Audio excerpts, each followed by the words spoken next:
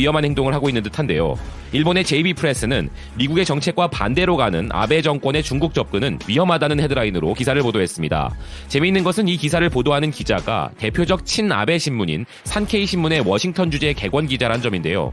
기사는 중국의 군비 확장과 인권 탄압, 무역 불공정 관행에 대해 트럼프와 민주진영의 주요 국가들이 비판을 강화하고 있는데 반대로 아베 정권은 중국에 접근하려고 하는 자세가 눈에 띄고 있다며 중국이 일본을 상대로 거짓 외교를 진행하고 있고 일본이 그 술책에 빠져 있는 것 같다면서 기자는 자신이 워싱턴에서 직접 체감하고 있는 일본 외교에 대한 우려를 전하고 있습니다.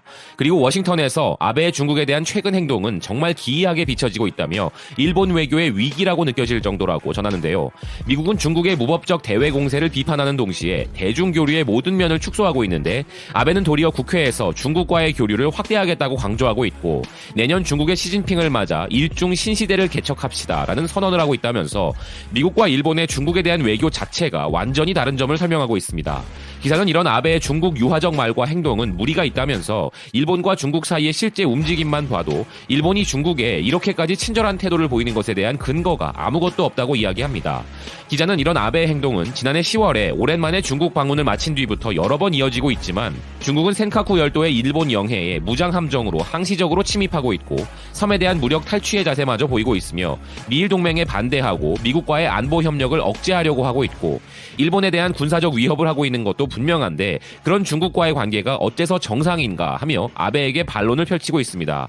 또한 중국은 국내에서 항일의 이름으로 전시 일본군의 잔혹을 가르치고 있고 지금까지 반일 교육을 바꾸지 않았음은 물론이며 시진핑은 일본과 있었던 루거우차오 사건과 남경 사건 등의 행사를 국가 최고 수준의 행사로 끌어올려 일본의 침략의 역사를 되새기고 있다고 지적합니다.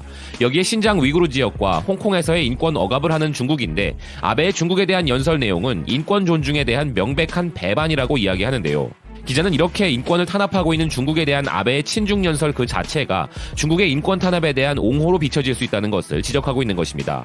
이어서 기사는 시진핑이 일본에 미소를 보이기 시작했으며 중국 국내에서는 반일로 비치는 행동을 표면적으로는 억제하고 있지만 일본을 적대시하는 정책의 근간은 아무것도 바꾸지 않았으며 미국과 일본 간의 이반을 노리고 있는 전략인데 그런 중국과의 관계가 어째서 정상인가 하며 다시 한번 의문을 제시합니다.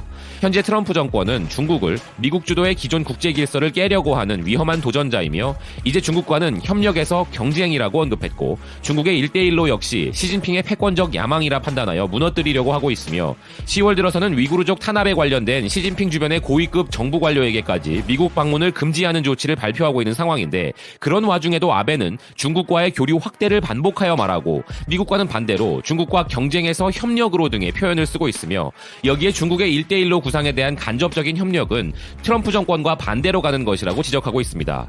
그러면서 기사는 실제 미국 측의 경고도 있음을 이야기하고 있는데요.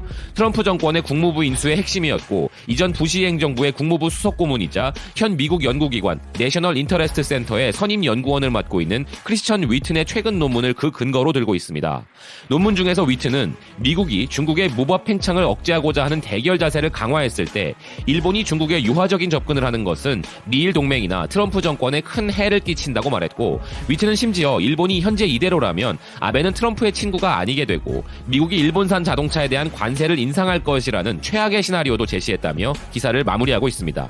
기사의 마지막 부분 일본산 자동차의 관세 철폐는 아베가 아주 간절히 바랐던 것인데요. 그런데 이런 아베의 행동으로 철폐는커녕 인상으로 이어진다면 한국 자동차들의 북미 판매와 영향력이 크게 강화될 수 있기 때문에 한국에게는 아주 직접적인 큰 이득이 될 것입니다.